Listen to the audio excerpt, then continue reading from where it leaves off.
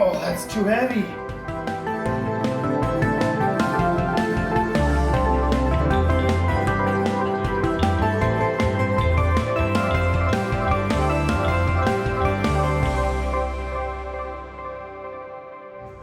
I'm here at Beck's Antiques in Phase 1 of West Edmonton Mall. And as unique of a store that this is, they have one piece that is my absolute favorite. A unique part of West Edmonton Mall history.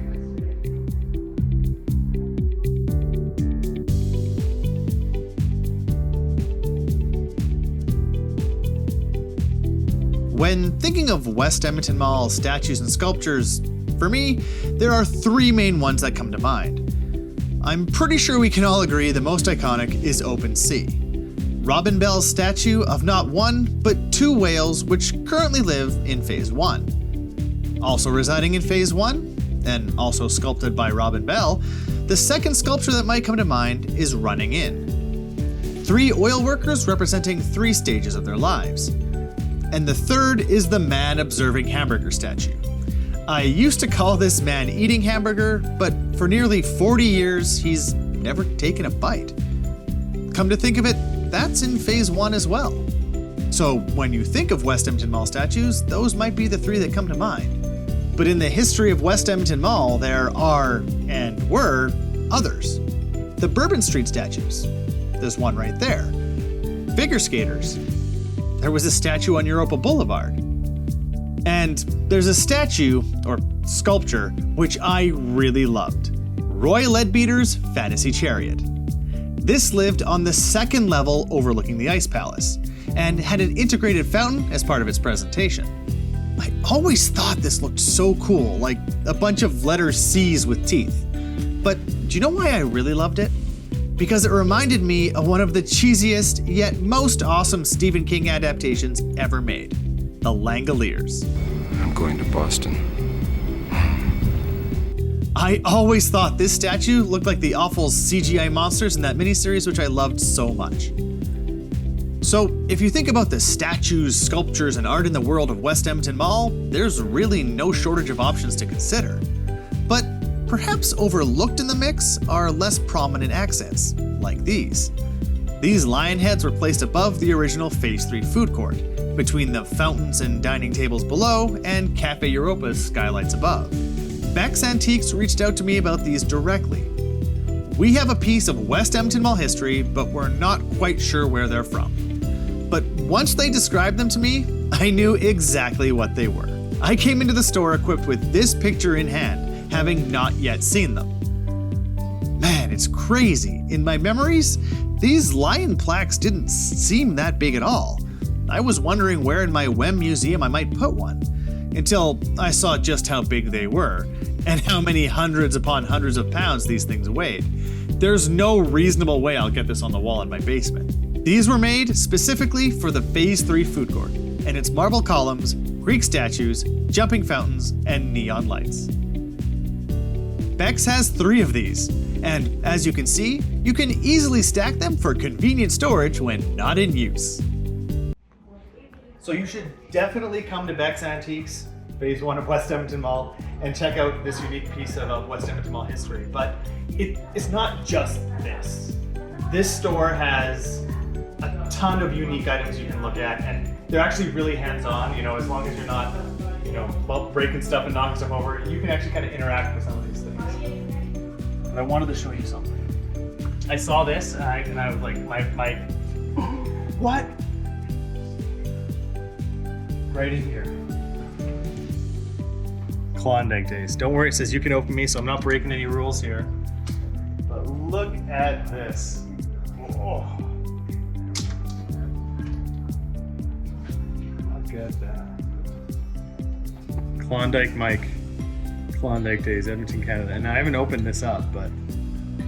Oh, it's real. No way! So they have a ton of antiques here, obviously, Beck's Antiques, but they also have a whole ton of coins and precious metals and bullion for those that are in the know. I'm not in the know.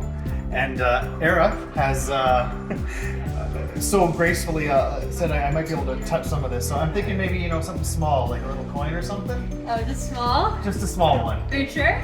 Oh, okay. We're going for the big one. There Wow. you go. So what are you handing me here? This one is gonna be 100 ounces of pure silver. Really? Oh, you could have warned me. Jeez, just drops. That is heavy. I was fighting a werewolf. I could make this into bullets. Yeah, you and could take the werewolf out. throw it at him. Or I could probably just clonk someone on the head. You know what? With the weight, it would do the trick.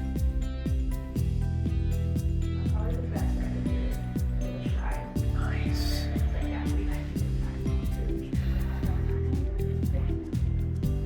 I can only imagine that looked fantastic. This is I'm told, an authentic Mayan idol. This was found in the forests of Mexico, and it is at least 80% gold. I'm not sure about that, but this bad boy, they say, was used for payment or for trade. About $15,000. Now I was gonna wear it like bling, but I'm more of a $15 type of bling guy myself. All those tiny grooves, they actually hold music. The haunted antiques. Way in the back, you'll find Beck's Horror Museum. And it's a very cool little spot, and you can actually go in for free. But you know what? Let's set the mood.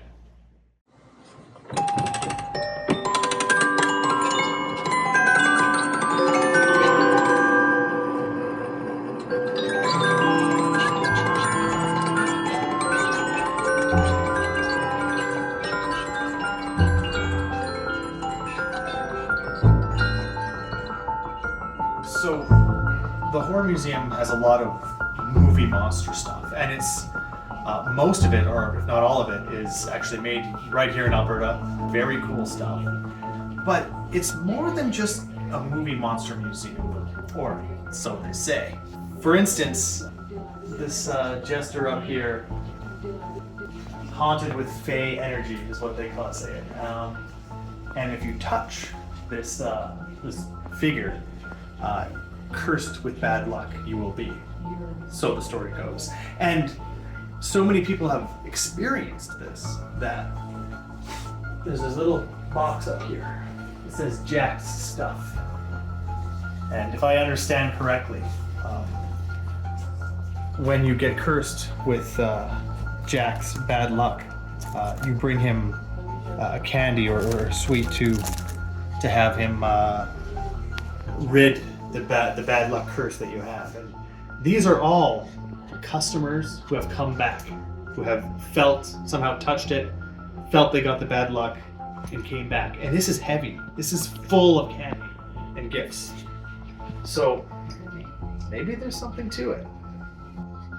But there's more to it than that.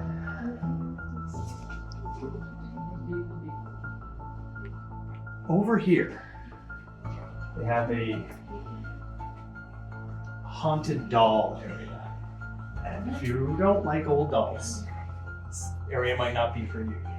But they claim that many people who have sat in this chair and taken a picture have found, well, let's do it now,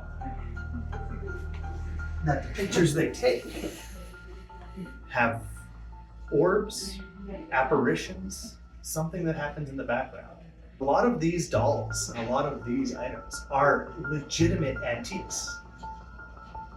So they come with a history, they come with a story, and perhaps they come with a little bit more.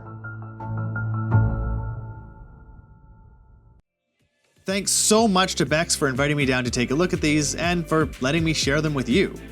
As of right now, they still have them, so head down to the second floor of Phase 1 near Toyota and take a look.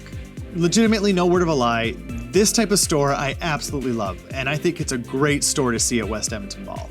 They've got really unique items, everything is one of a kind and super nostalgic, and they're really good about letting you get hands-on and really experience the store. So yeah, definitely go check it out.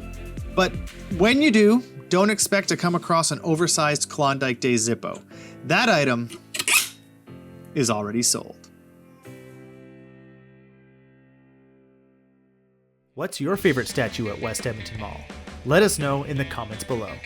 If you enjoyed this video, please subscribe to the channel, give us a like, and maybe even visit our Patreon page.